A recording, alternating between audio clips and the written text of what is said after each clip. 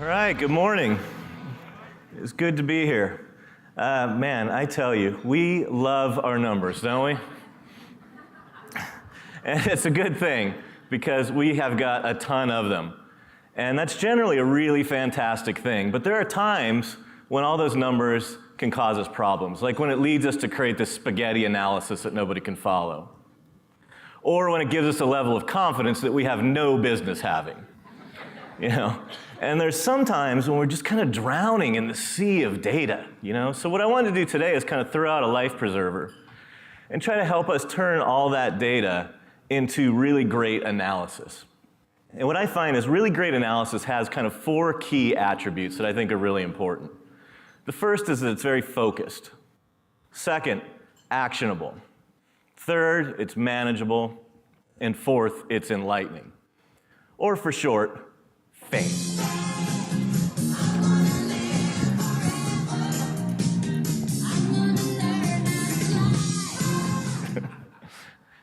I'm willing to bet that you weren't expecting dancing at the analytics presentation. I might still be drunk from last night, I don't know. So anyways, fame is a great analogy, or a great acronym to help us remember the 4 attributes of a great analysis, but it's also something we can kind of gain by producing it. And of course, I'm not talking about Hollywood star kind of fame, but maybe employee of the month parking space kind of fame, and that's not a bad thing. So let me break it down a little bit. It starts with focused. And focused analysis is really important.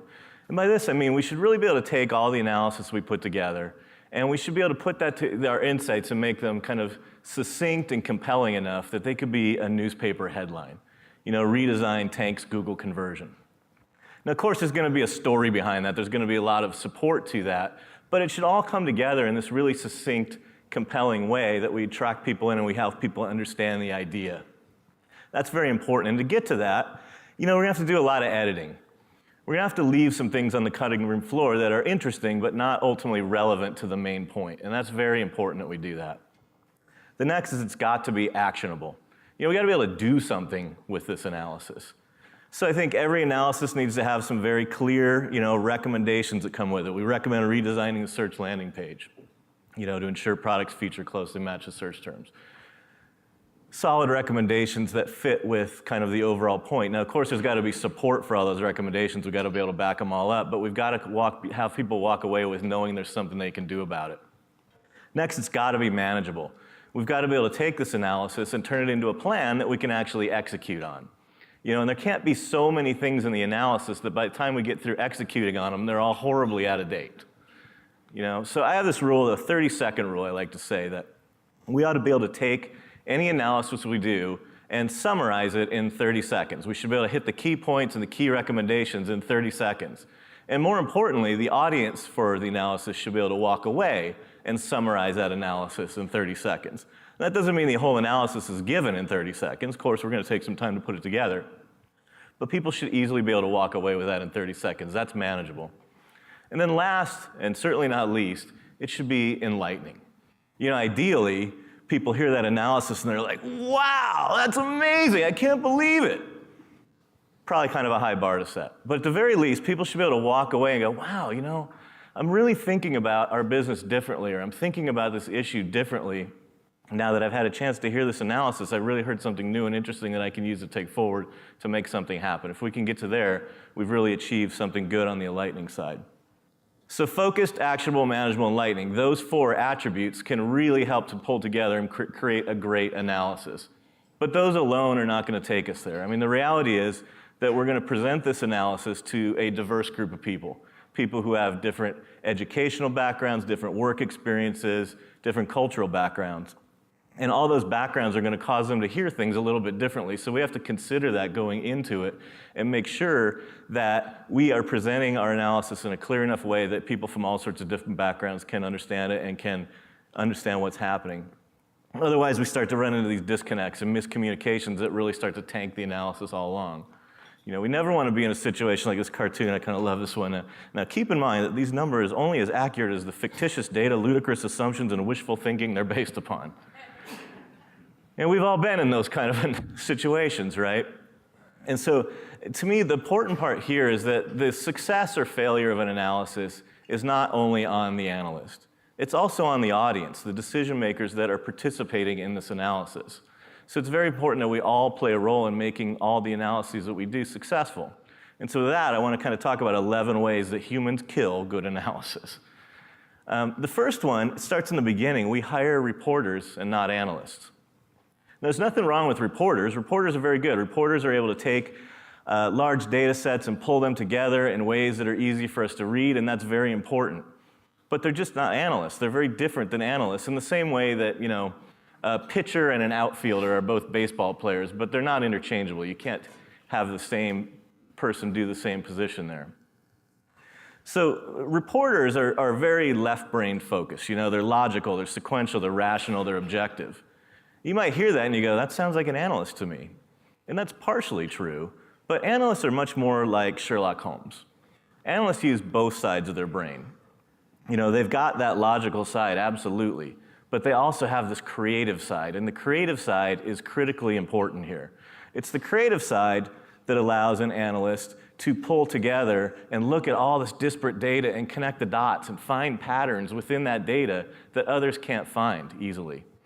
And it's the connecting of those dots that leads to the brilliant insights that we get. So I think it's always important for an analyst to be someone who can be very creative or is very creative. So we go through and we hire an analyst instead of a reporter. Then what happens next? Way too often, we then turn those analysts into reporters, right? We get that person in the position and we start asking for data and we start asking for reports and we suck the very life out of these people. And that happens way too often, all because we're trying to be the amateur analyst on our own. Instead, what we need to be doing in this situation is ask questions. Ask the analyst questions, why is conversion down on Google paid search? Or what's the optimal marketing mix to use to launch brand X? Or why are return rates growing? If we give an analyst a meaty question like that, they can walk away, they can look at the data, they can come back and do some analysis and give us an answer. And that's how we're best using an analyst, rather than just, hey, give me more data on this, give me more data on that. Next, we expect the data to be perfect and the analysis to be flawless. Even this barbecue shop kind of know that aiming at perfection and everything achieves it in nothing. And this is a thing that I think happens a lot. We have these unrealistic expectations. Now, don't get me wrong, I don't think high expectations are bad, but when we expect perfection that's unrealistic, there's gonna be imperfections in the data we have. I promise you that. And what we don't want to do is tear apart the entire analysis because there are some imperfections that ultimately aren't even material to the end result. Want to be careful about that kind of thing. A friend of mine, Tim Wilson, writes this blog called Gilligan on Data. You can see he kind of looks like Gilligan. But his blog is brilliant if you've never read it, and it's definitely more the stuff of the professor rather than Gilligan. But Tim takes on this issue in one of his blog posts, and he talks about trends. And he says, really what matters here is we want to be looking at trends. And we have, especially on the web, a lot of the data we have is not going to be perfect. Omniture won't match Google Analytics.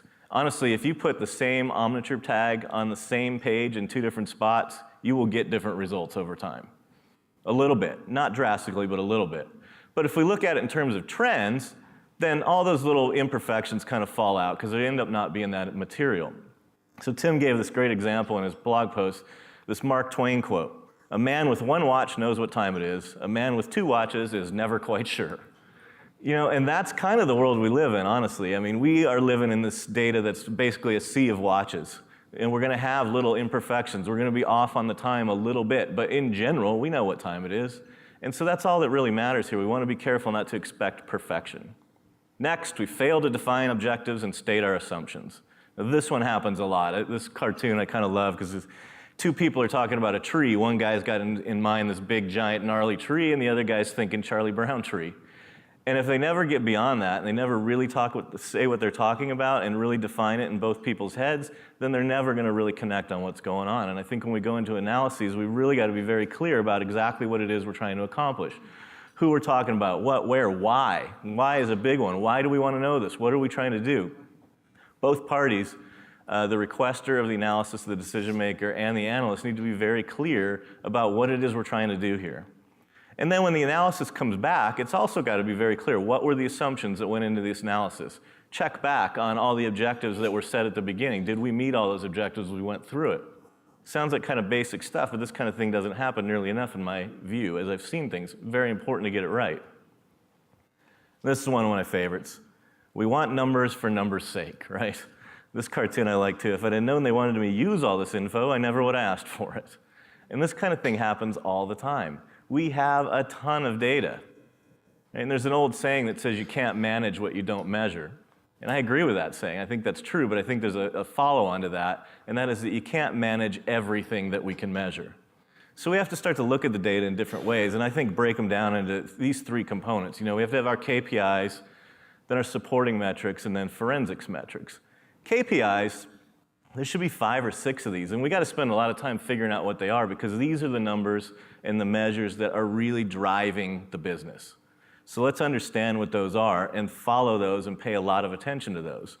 But then you have supporting metrics, and supporting metrics really are in support of those KPIs. So, if a KPI, say, is conversion rate, then a supporting metric might be email conversion rate or paid search conversion rate, something along those lines, because those are metrics that an individual can use to manage his or her business that ultimately support the KPI that's making the big difference in the overall business.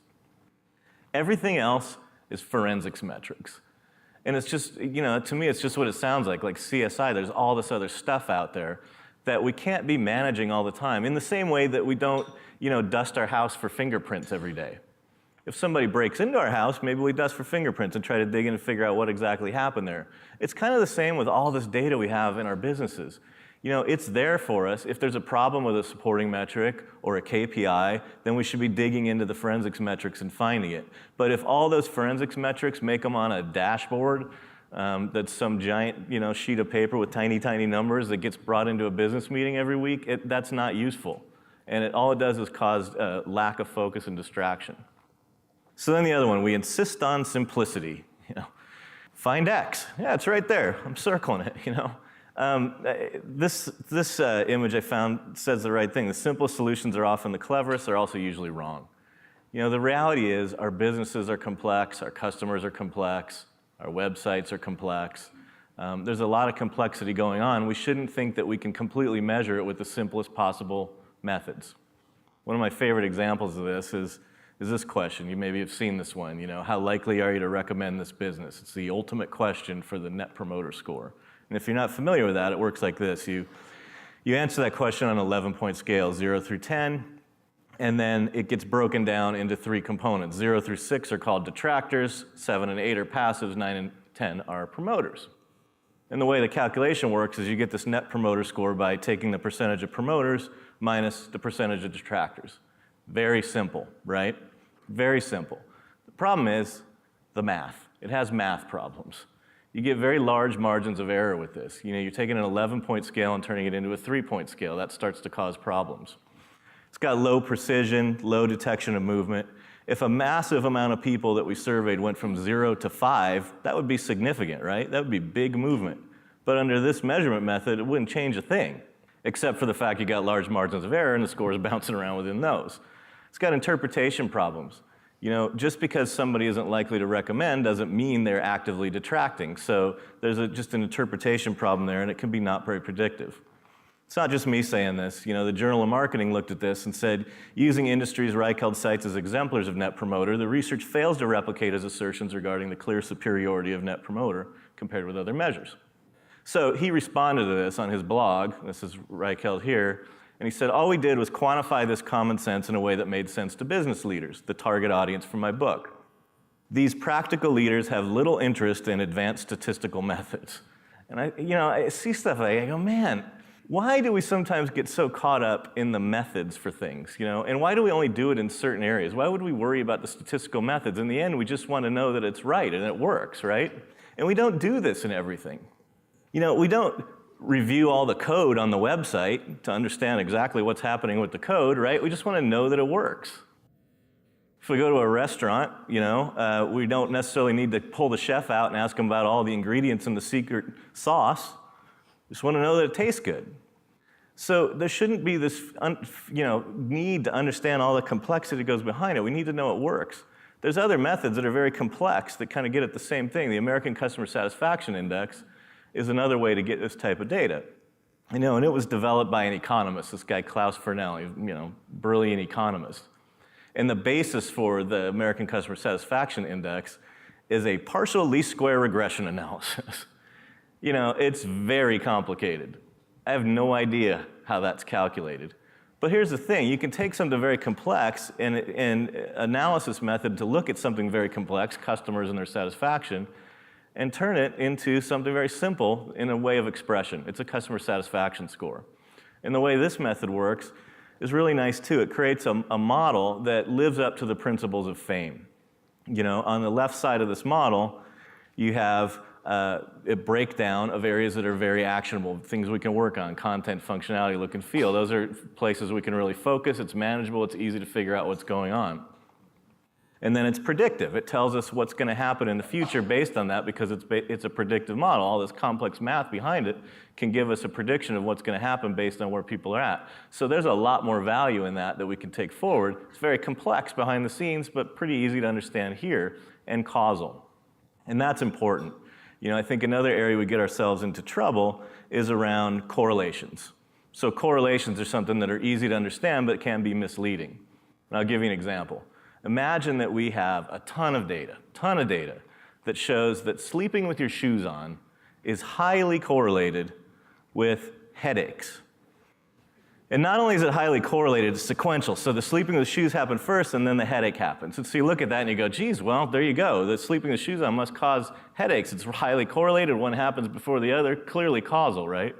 But if you take a deep look at that and really look at all the data in a really complex method, you might find that there's a third cause for the other two, actually. Turns out beer waterfalls can cause both sleeping with shoes on and headaches in the morning. I took this last night at Cuba Libre. So, goofy example, but you get the point. The next one is we just want the number, right? And there's this book that I highly recommend called Why Can't You Just Give Me the Number by Patrick Leach. And in this, he's talking about forecasts and predictive analyses and, what's happening in the future, what's going to happen in the future. And when we're looking at the future, we cannot know exactly what's going to happen. We cannot possibly know the number.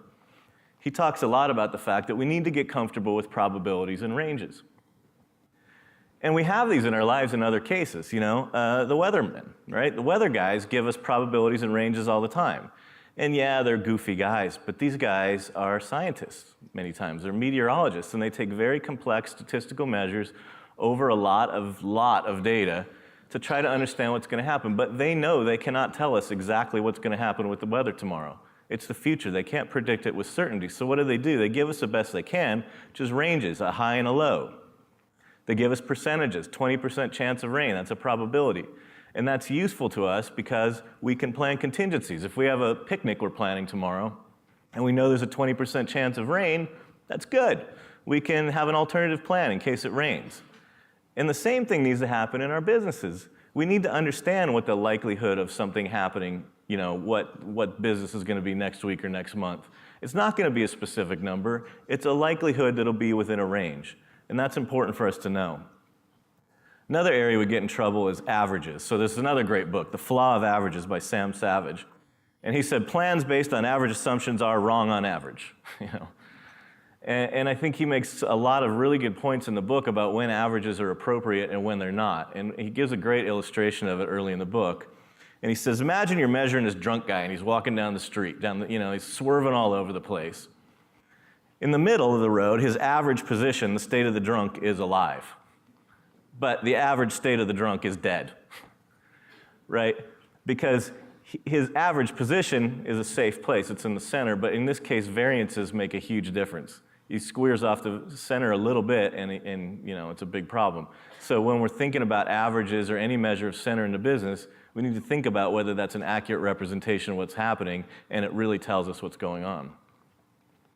Which takes me to the next piece, that we aren't multilingual in the language of business and statistics. And this kind of goes both ways. As decision makers, we need to understand what's happening with the technology and the statistics. And the flip side of that is as analysts, we need to understand what's happening with the business. So, there's some important concepts that we learned when we were in college taking statistics class. Standard deviations and variances and confidence intervals and proper random samples and sample sizes are all very important nuances when we're thinking about statistics and we're thinking about understanding a set of data.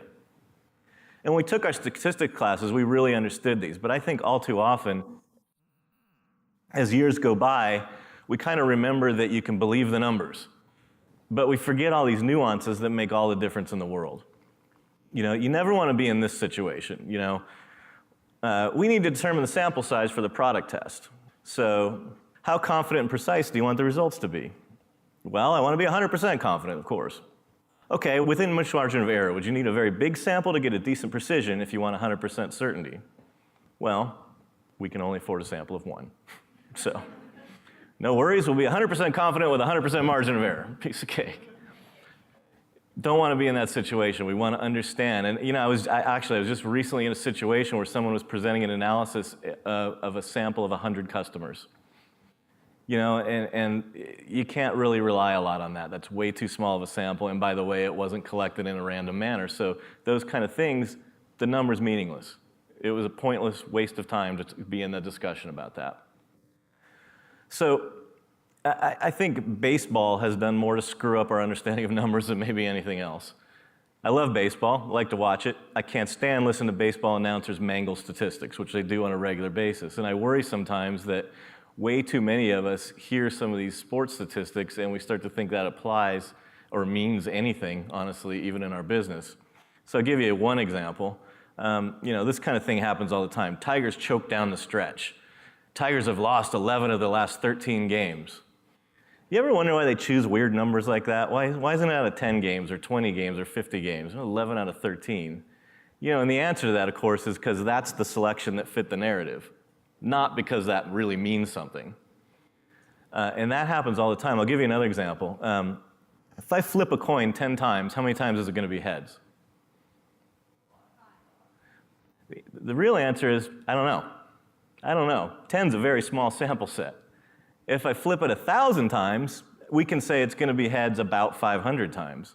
But I guarantee you in that sample set of 1,000, I can find 7, 8, 9, 10, 12 in a row that are heads. I'll find that in there. But none of that changes the probability that flipping the coin, I have a 50% probability it's going to be heads. And that's what we really need to understand. So I like to say, instead of watching baseball, watch poker on TV. I like watching poker on TV, but these guys are dealing with probabilities. They're looking at the math. They're looking at the situation in front of them, and they're making decisions based on the probabilities. They're doing some competitive analysis. They're looking at the other players and figuring out what they're doing.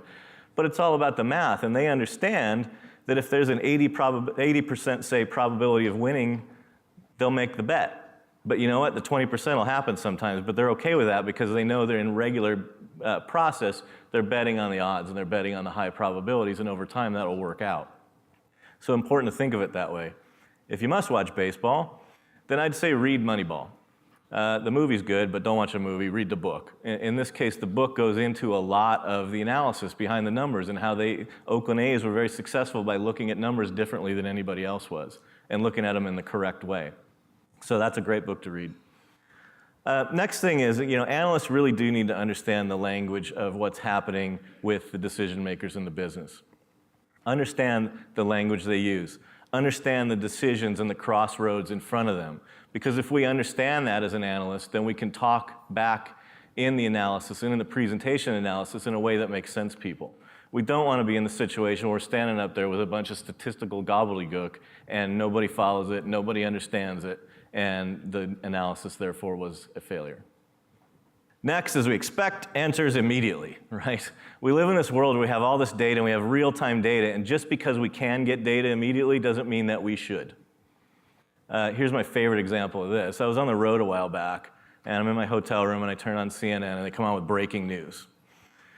This reporter comes on, and she says, something's happening on the Potomac. She was watching the Coast Guard monitor, I guess, and she saw that there were vessels chasing each other on the boat, and she turned on the Coast Guard radio, and she heard them talking, and she heard the statement that you're approaching a Coast Guard security zone. If you don't stop your vessel, you'll be fired upon. Stop your vessel immediately. So She calls her newsroom producer and she says there were shots fired and this is all going on. And so they go on breaking news and they're telling this whole story. And before you know it, they've dragged the Secretary of Homeland Security out to be in front of the press to talk about it. They closed Reagan National Airport for 20 minutes. But as this is going on, more information starts to come out. And it turns out this was a Coast Guard training exercise, one that they run 4 times a week, each and every week. This reporter just happened to be looking at it right now, and she saw this, and she just runs out and starts to talk about it before she really knows the facts. Oh, and the shots that she heard fired, by the way, was somebody literally saying, bang, bang, bang, bang. So, talk about, making the data say what you want it to say, rather what it's really saying. So that's a danger, and this kind of thing happens. I had it in a business I was in previously that we used to say had the full accelerator, full brake syndrome. We got a little bit of good news, and we're like, go, go, go, go, go. And then a little bit further, we find out, oh, maybe that good news wasn't so good. Whoa, slam on the brakes. And that kind of cycle creates all sorts of problems, all sorts of distractions, and move the business nowhere. And so this is a concept that I think is so important, I'm not even going to put up a goofy slide about it. And that is regression to the mean. Statistical term. But what this means is that we've got to make sure that we've got good samples and we give them enough time that we'll see some of those variances sort of play out and have all of our data turn into a center that it settles into. Now the good news is with Monetate, a lot of that's built in. We all know about when you see something reach statistical significance or a p-score in Monetate. That's really what's happening there is the data is getting down to a regressing down to a mean that we can start to rely on. Very, very important that we wait for that kind of thing to happen before we start to act on the data. So next, we ignore our guts. Hard to ignore that gut. But when I'm talking about guts, really what I'm talking about is a piece of the brain that's called the amygdala. Also sometimes called the lizard brain or the prehistoric brain or the hidden brain. I've heard it referred to all these things, but the amygdala is a piece of our brain that really guides our instincts. And it's, kind of in ancient times, it was to protect you from the tigers or whatever that were out there. But that's this instinctual part of our brain. Over time, we've developed something called the prefrontal cortex. And the prefrontal cortex is the rational part of our brain. And it's very important for us. And it's very important in analysis that we use this and we try to make some sense of all the stuff that's happening. But that amygdala is there, and it's actually processing a whole lot of data and a whole lot of experiences we've had over time very, very quickly. And the reason I bring this up is sometimes you'll present an analysis to somebody, and there'll be somebody in the room who's got a lot of experience, and they'll go, I can't put my finger on it, but something just doesn't feel right there. And I think it's very important that we listen to that.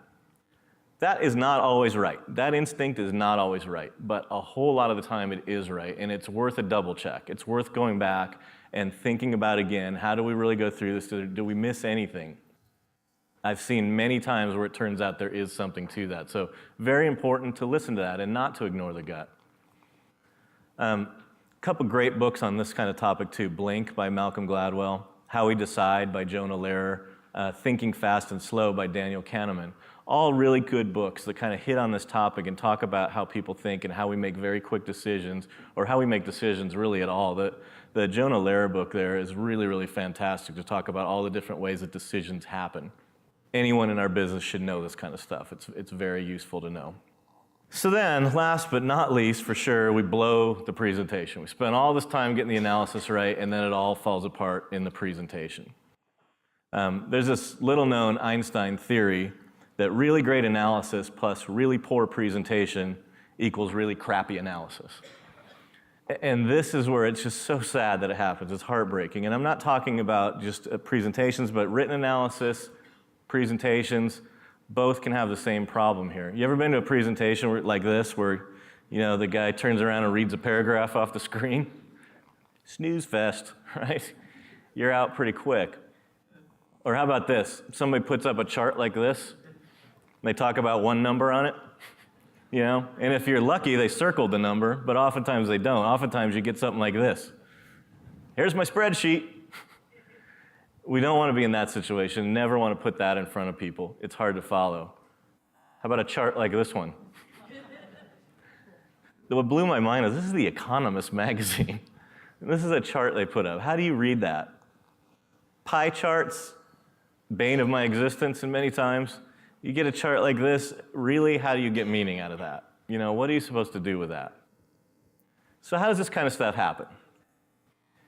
Yeah, I think there's a couple ways that it happens. The first one is pure and utter laziness. You know, we spend a ton of time doing the analysis and then we throw together the presentation at the last minute.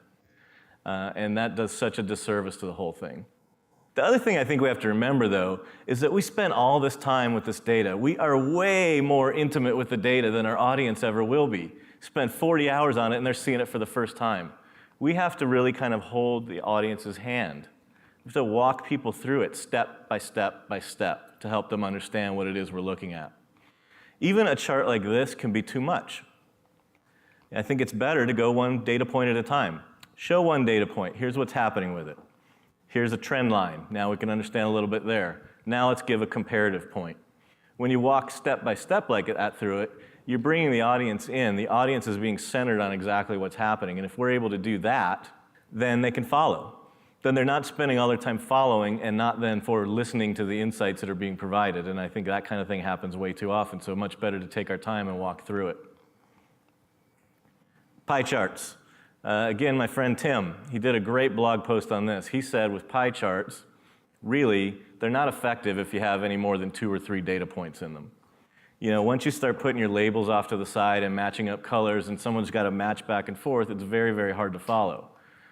What he said in his post is it's much better to use a horizontal bar chart if you've got that kind of scenario. Horizontal bar chart is great. You know, you've got your labels on the side, very easy to follow. The data points are right to the right of them. You can see comparatively how they all stack up against each other. Much better way to present that data than a pie chart, which is very hard to follow, although maybe pretty. Presentation Zen is a great book on this topic, and any kind of presentation, another one I highly recommend. A lot of good stuff in this book to be very effective in the presentation. So if we can kind of dig through all these ways and stop killing great analysis, then we can get to that fame. And if we get to fame, then we can have, you know, hordes of adoring fans. Maybe not screaming teenage girls, but maybe it's these guys, and that's not too bad. All right, thanks a lot, everybody. Appreciate it.